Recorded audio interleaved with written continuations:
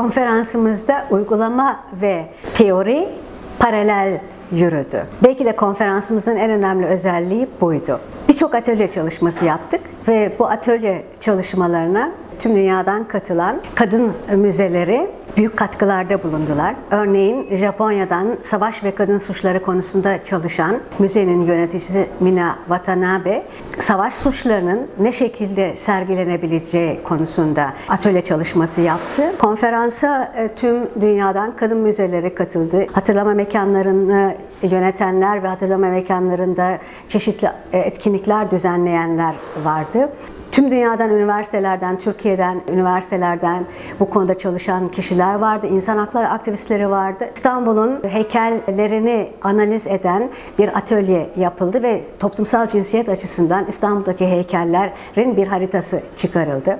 Ya da uluslararası bir kız çocukları projesinin parçası olarak Türkiye'deki kız çocukların hayatıyla ilgili mekanlar konusunda bilgi toplayan bir atölye çalışması oldu. Acı içeren bir geçmişin nasıl kültürler arası diyaloğa yol açacak şekilde sergilenebileceği konusunda bir atölye çalışması yapıldı. Kentlerin kadın hafızası nasıl anlatılabilir ve feminist arşivler dönüştürücü aktivizme nasıl katkıda bulunabilirler konusunu çok güzel çalışan Glasgow Kadın Kütüphanesi örneğinde tartıştık.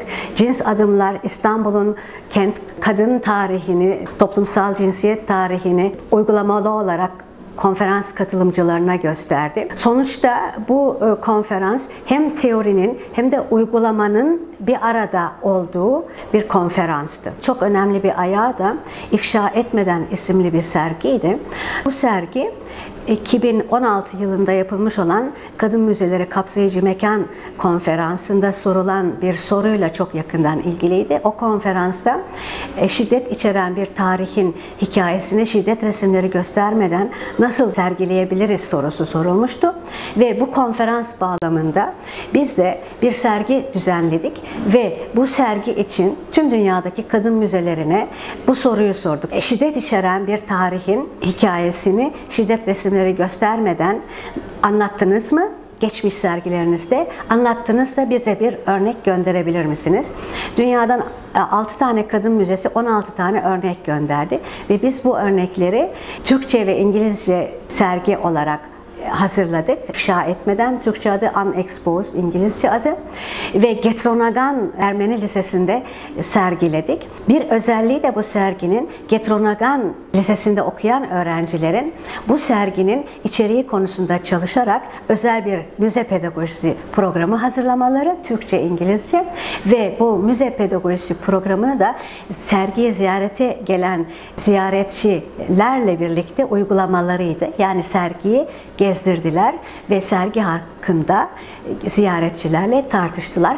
Konferans süreci hem de Feminist Pedagojisi uyguladığımız İfşa Etmeden sergisi hepimize çok öğretici oldu. Bundan sonra da aynı şekilde çalışmalar yapmayı planlıyoruz. Toplumsal cinsiyet çalışmaları yapanlar, feminist aktivistler, feminist tarihçiler zaten hafıza konusunda çok uzun yıllardır yakından eğiliyorlar. Hem alternatif hafıza pratikleri yaratmak, arşivler yaratmak anlamında hem de var olan hafıza pratiklerinin nasıl cinsiyetlendirildiğini incelemek ve eleştirmek anlamında.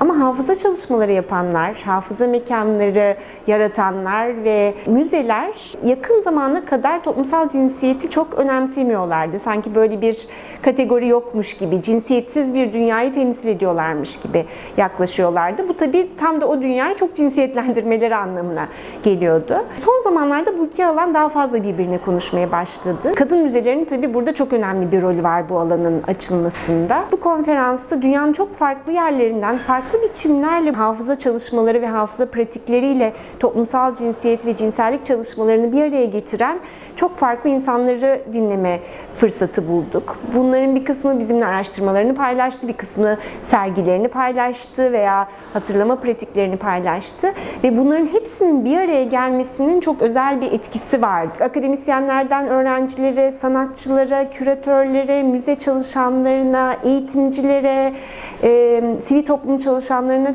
medyada çalışanlara, yazarlara, hikaye anlatıcılarına çok geniş bir yelpazeden katkılar sunuldu bu konferansta. Kuzey Amerika'dan Japonya'ya, Türkiye'nin çok farklı bölgelerine, Avrupa'ya, Afrika'ya kadar çok farklı mekanlarda, ortamlarda, bağlamlarda toplumsal cinsiyet ve hafıza nasıl birbirini şekillendiriyor ve nasıl farklı pratikler yaratmak mümkün. Tabii kadın müzeleri olağanüstü örnekler sunuyorlar bize. Yeni bir dünya hayal etmek ve hafıza ile toplumsal cinsiyeti birlikte düşünmek bağlamında.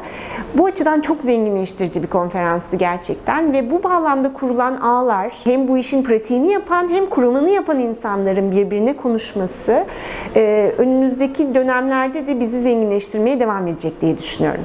Bu konferans gerçekten hem kendi hikayelerimize yeniden temas etme, hem birbirimizin hikayelerini dinleme ve yeni hikayelerin peşinden birlikte gitmek için bize çok güzel yollar, çok güzel pencereler açtı. Yolumuz açık olmaya devam etsin, hikayelerimizi paylaşmaya devam edelim diye umuyorum. İstanbul Kadın Müzesi de iyi ki var. Bu hikayeleri çoğaltıyor, bize o hikayeler üzerinden birbirimizle ilişki kurmak için sürekli yeni ortamlar sağlıyor. Umuyorum hep birlikte bu hikayeleri çoğaltmaya devam edeceğiz.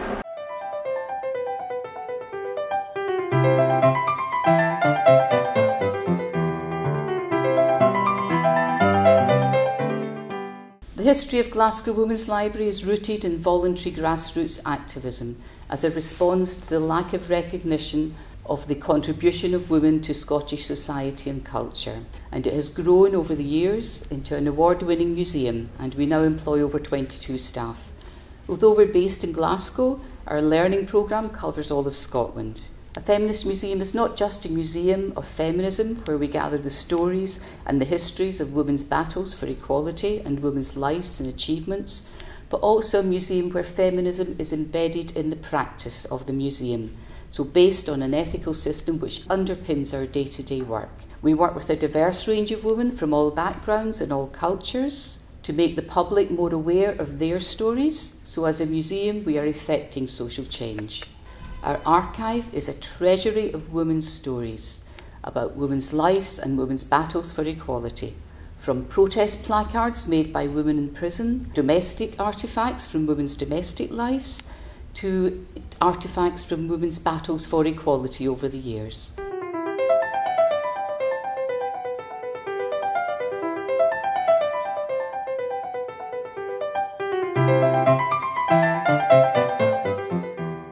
For me, it's imperative that our feminism is intersectional. We all carry multiple identities. I am a mixed Black queer woman. I move in the world through that lens. I face oppression and privilege through these different experiences and identities that I hold. Working with young people at the Brooklyn Museum, it's imperative that they are given voice, that they are given agency, and that they are given visibility.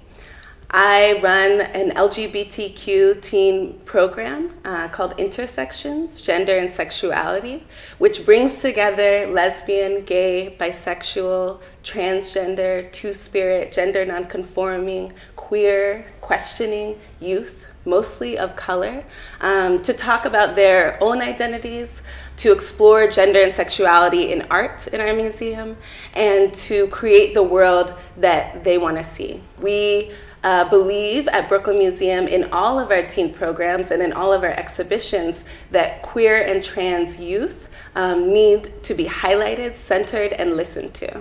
It's imperative for all of our worlds that those who are most marginalized and impacted by violence are given voice and agency to express themselves and to build better worlds for tomorrow.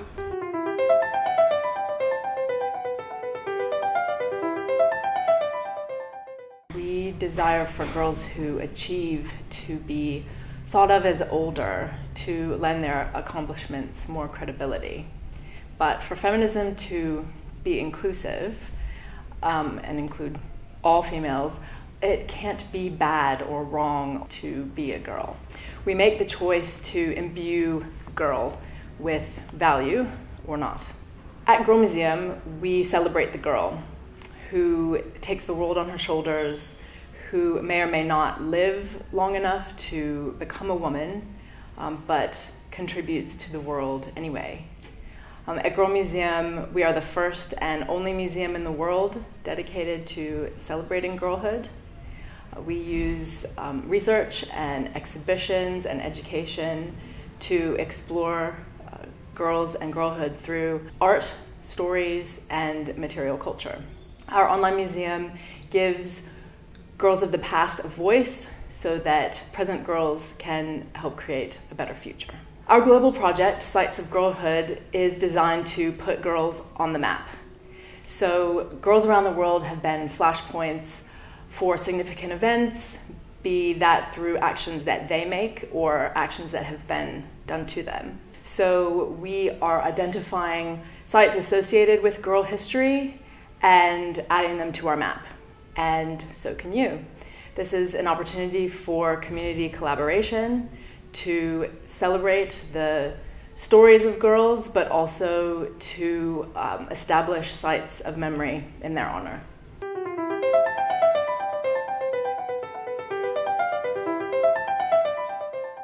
This year, this is the jubilee of the 10th anniversary of the network of women's museums. This network exists since 2008. There was our first meeting in Italy.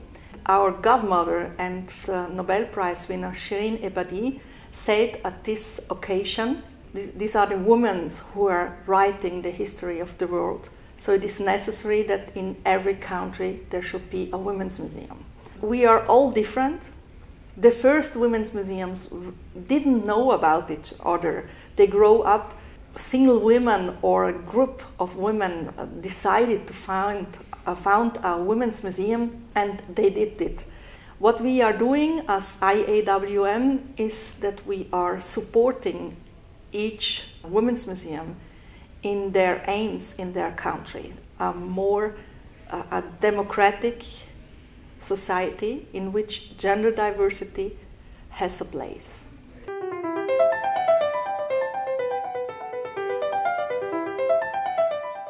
Feminist pedagogy is important not only as an intellectual pursuit, but in my work as a digital storyteller and as a producer of creative media. It's important for the expression of women's lives and the expression of women's experiences. One of the things that most inspires me in my work as a producer is the opportunity to work with incredible women activists around the world who are fighting for rights in their own communities. For example, sometimes we are working on film projects. Other projects include social media campaigns, collaborating with photojournalists, collaborating with visual artists. I've had the great pleasure recently to work with Sharmeen Obed-Shenoy, an activist filmmaker from Pakistan, who we've commissioned to develop a 5-part documentary series, Fundamental, looking at the effects of rising fundamentalisms and conservatism and racism on women's rights around the world. And the stories that we're bringing out are not only stories of challenge, more importantly, they're stories of resilience and change. We're meeting women from the Republic of Georgia, from Brazil, from Kenya, from Pakistan, and even from the US. So we're bringing together voices of women who are truly creating change in their communities. And through these campaigns and through the ability that we've had to elevate their stories and amplify their voices, we've been able to raise more funds for the movement. We've been able to encourage audiences and community members to sign petitions, to take action, to send messages of support. And this is the power of storytelling, and this is the power of media, that we can connect audiences to the true and authentic voices of women who are leading change.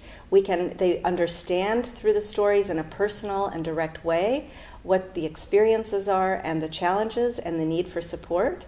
And I do believe that it is through sharing our voices, sharing our stories, that we are able to see begin to see a more equal world, and hopefully a world in which feminism is ubiquitous.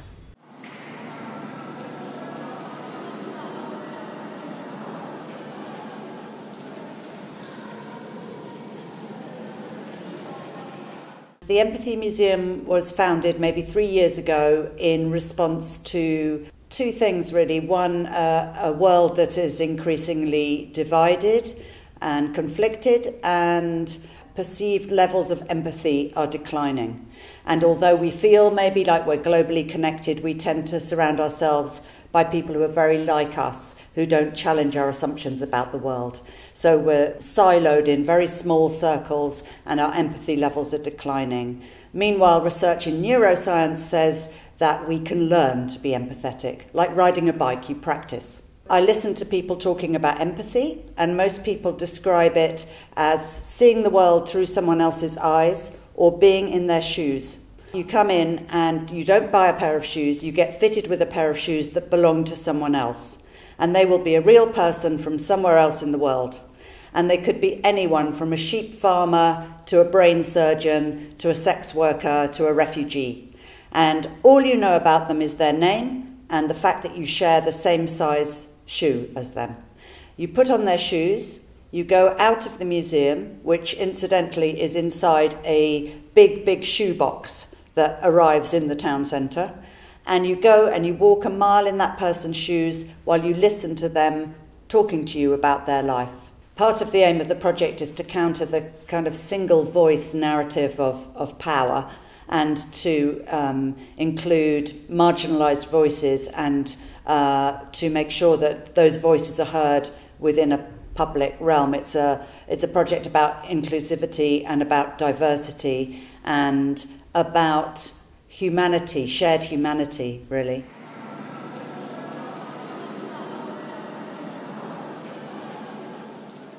An idea to make a women museum, women movement museum.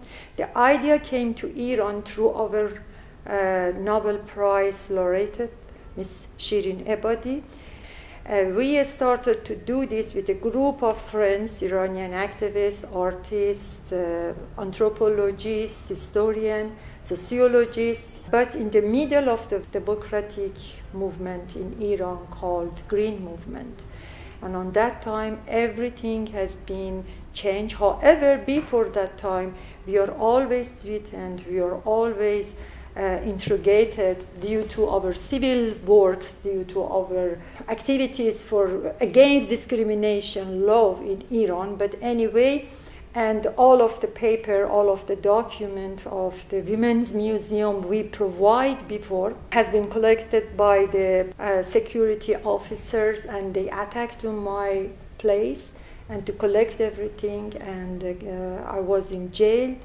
And after several times interrogated, they told me that I should forgot to make this women museum, and I should forgot to do everything else. It was after prison, and I decided to come to Germany to visit my sister. The authority of prison sent me a new summon, and asked me to back to prison. The Association of PEN in Germany offered me bourse, a fellowship for 3 years to stay in Nuremberg. Also, it was a good opportunity for me to work with a women museum in Nuremberg. I asked them, please make me some training through some women museum, because I have no idea about what is women museum. In fact, when I was in Iran, I heard about the International Association of Women Museum. I was trying to make a women museum, and our Nobel Prize laureate is a godmother of this network and also godmother of Merano Museum in Italy. I used to work collectively. I have never worked alone, and I was always looking for a network to be a member of this, because I believe that group work is better than working alone in the context of activism.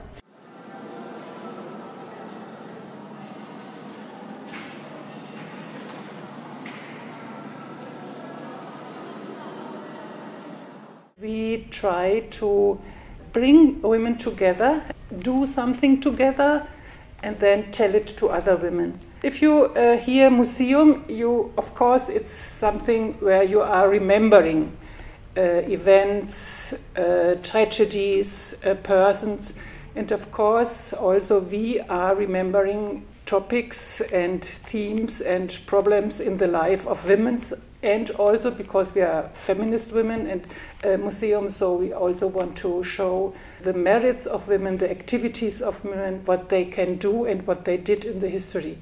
But at the same time, it's very important for us to bring women together with their problems and to show in the everyday life they have similar situations.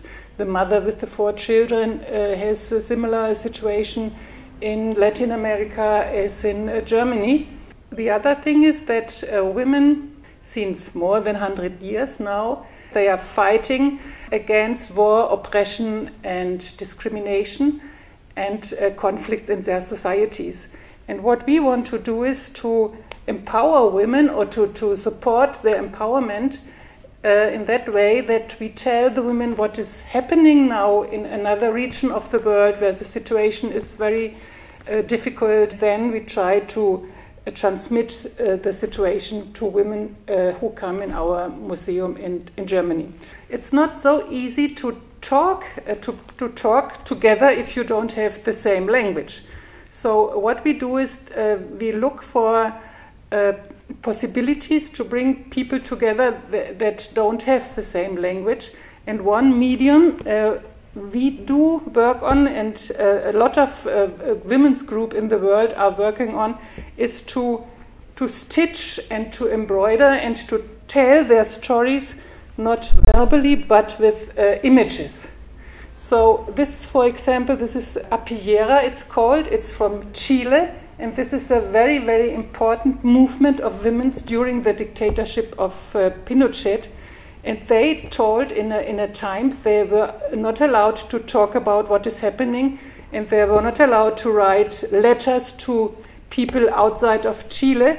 They stitched what is happening in their country, and then they sent these small images, these small textile apilleras to the world, and then the world got notice of this. And this movement was one of the stones that brought the Pinochet dictatorship to fall.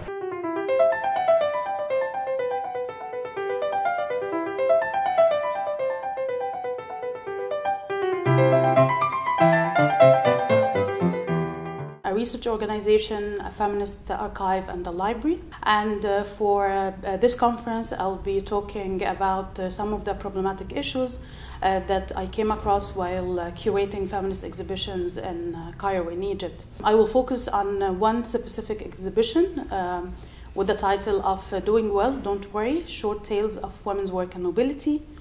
And this exhibition, it was a traveling exhibition that opened in Cairo in 2017. And it featured various stories of a diverse group of women, actually, from Egypt and from other countries across the Arab region. And in this exhibition, we featured oral histories, images, archival materials, and women's personal objects.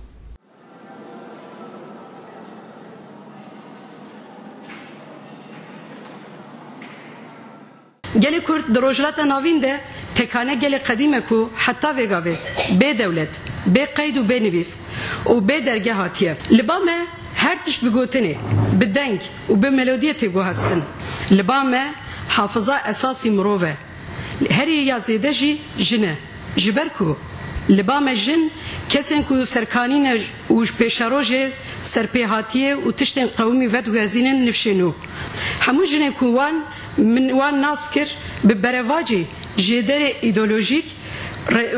ايديولوجيا رسمي ونفيسهم بالنرينه كاورينتاليستات ونفيساندن حموجن بهز كيرهاتي ويرك وهارو قلادبون دچان دا كرده كسكو چانده ديروكي پاشاروجه وحافظه الخود گره وكاريوي وگوهستنه دكه امجوارد بجن دنگبيش سرچاوه گوتنه کو او بخا سرچاوه جنن دما من اف خبات لسر عيششان دكر هر جاره من شخوره دگوت جنك او قاس ناسكيري و دنگ داي کو او قاس بي قيد وندا به گلو از چا کار بم خو بگینم يدن بێکو ez vê gotina dawî bînim bîra xwe ez bi dûv dengê winda û çîrokên winda ketim. Ji sala 1920 de dengê ji ser radyoyan bilind dibû, qeydên li ser plaqan hatibûn kirin û nexasim ew dengê qedîm car carê wiha bilind dibûn. Elmas El Kurdiye, Mayram Xan, Nesrin Şêrwan û her wekê din. Bi van denga mirov fêm dikir ku dengê hinek jinê dî jî hatiye qeyd kirin, lê gelo ew kî bûn? Bi baweriya xwe ya mezinayiya deng û peyvê dema min arşîvkariya jinê dikir dît ku bê bi hêviya wê mi dît ku bi hêviya ku wê tu carî tu deng winda nebin. Ez vî karî berdewam dikim. Bila deng rîtîm nexasim dengê jina tu carî winda nebe. Ji ber ku ewin ê ku me hestewariyekî hevpar dikin. Hudûdan hiltînin û mîrateya hebûna me bi jinantî esas dikin. Gelekî spas ji bo me godar kir.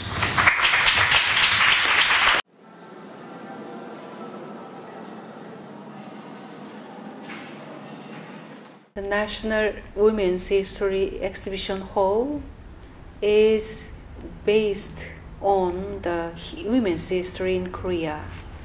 The issue of comfort to women is the part of our museum. We deal with women's history from ancient history to contemporary history. Korean women, they have many energy and they have many success in society, but many problems remained till now. Patriarchal culture, domestic violence, etc. remained. I think the comfort woman issue is the symbol of Korean women's history. One of the symbol of Korean history. We have success women's history, and but we have history of victimhood, but they are all actor in history. Victimhood or success women. In contemporary history, many Korean women gained a lot of result, progress, and many people doesn't remember of dark side of our women's history in Korea.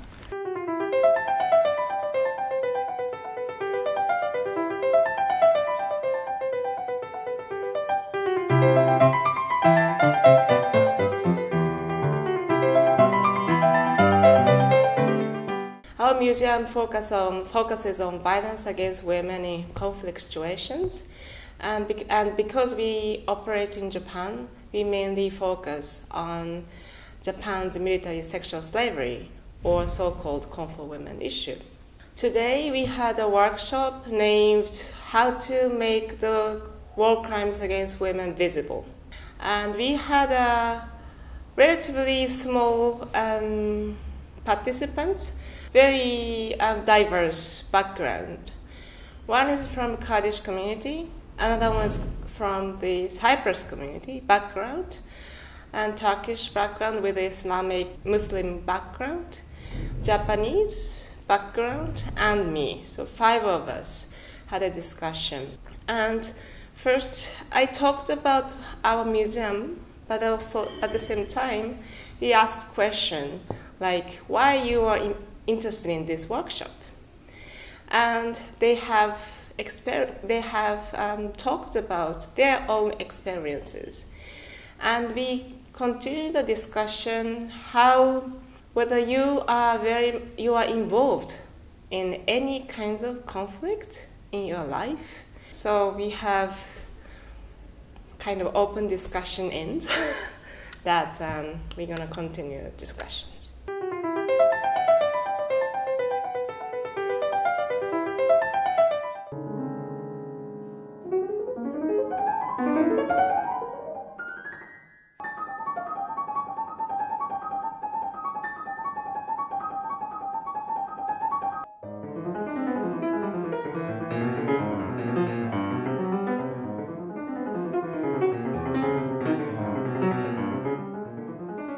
The Vocalizing Pianist, The Voices of Women is my ongoing project.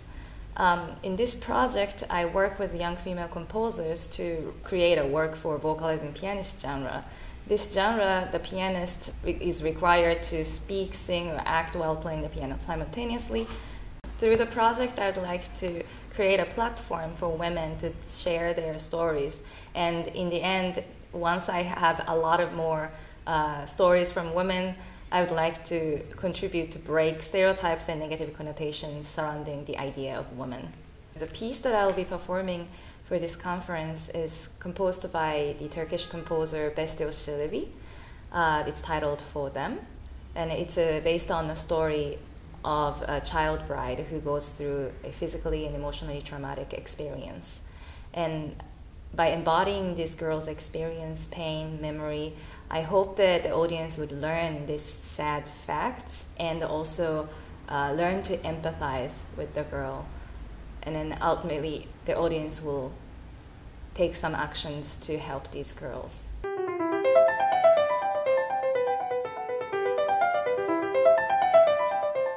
The workshop in Istanbul will be a tour of some of the civic statues in the city, and the aim will be a scrutiny of them to provide a gender mapping of these statues, because in most cities at least 85% of the civic statues will be of men.